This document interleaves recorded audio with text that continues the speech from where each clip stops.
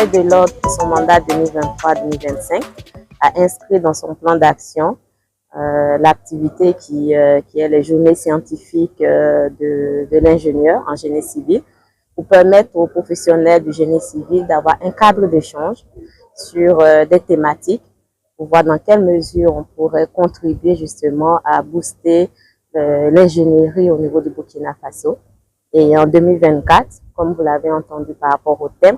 au regard du contexte actuel, dans les crises humanitaires, sécuritaires et les conséquences du changement climatique,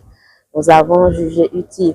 de s'asseoir autour de ce sujet avec différents thèmes pour voir ce que ces professionnels du génie civil-là pourraient apporter comme solutions techniques innovantes, des solutions techniques tropicalisées qui sont réellement au niveau de notre pays, le Burkina Faso, afin de pouvoir contribuer justement dans la construction d'infrastructures résilientes au niveau de notre pays. Et au cours de ces 2 journées, dont nous aurons à échanger sur des sujets comme par exemple l'utilisation du sable concassé, de granitique, comme substitution du sable naturel, ou encore par exemple la variabilité pluviométrique du bassin du Moun de 1980 à 2020. Donc ce sont des sujets entre autres comme le développement d'un béton à base un béton écologique à base de déchets plastiques, donc qui permettront justement à ces ingénieurs-là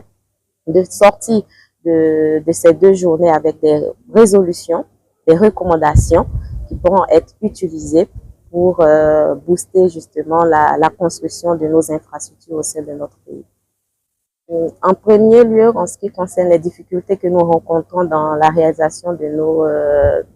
notre métier, c'est justement l'exercice illégal de la profession, parce que selon la loi, l'ordre qui a été créé par cette loi 020-2012, tout ingénieur doit être inscrit au niveau du tableau de l'ordre des ingénieurs en génie civil.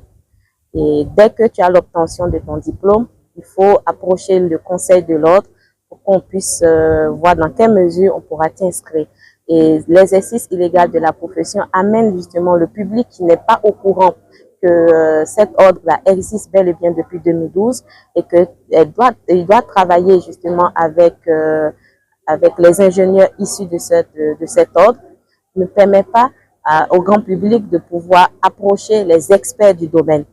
Et tout ingénieur, lorsqu'il n'est pas inscrit, prend le risque de travailler avec le public sans pour autant s'assurer de toutes les conséquences qui pourraient avoir lieu à travailler ainsi sans avoir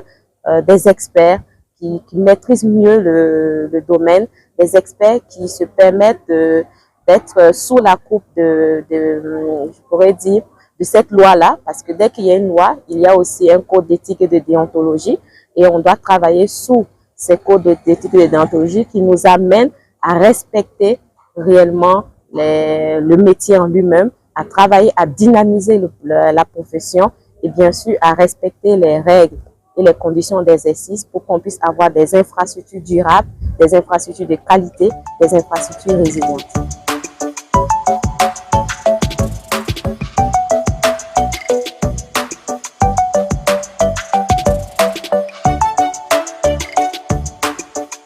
Voilà,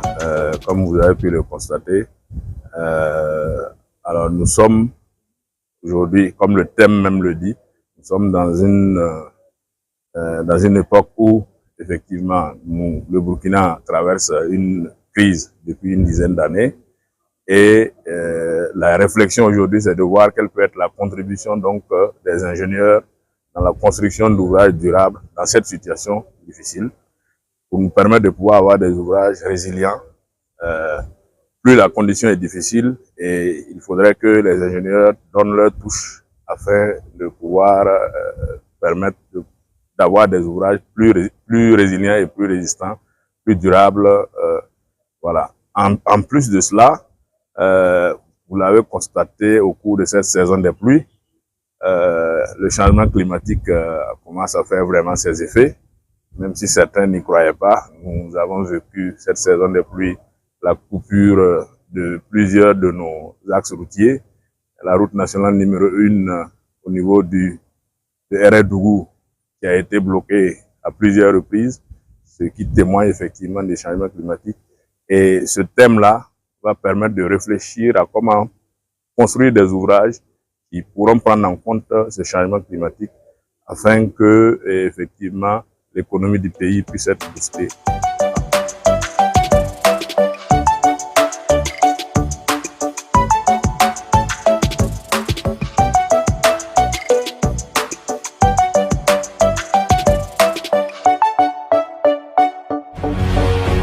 Faso 7, une autre facette de l'information au Burkina Faso.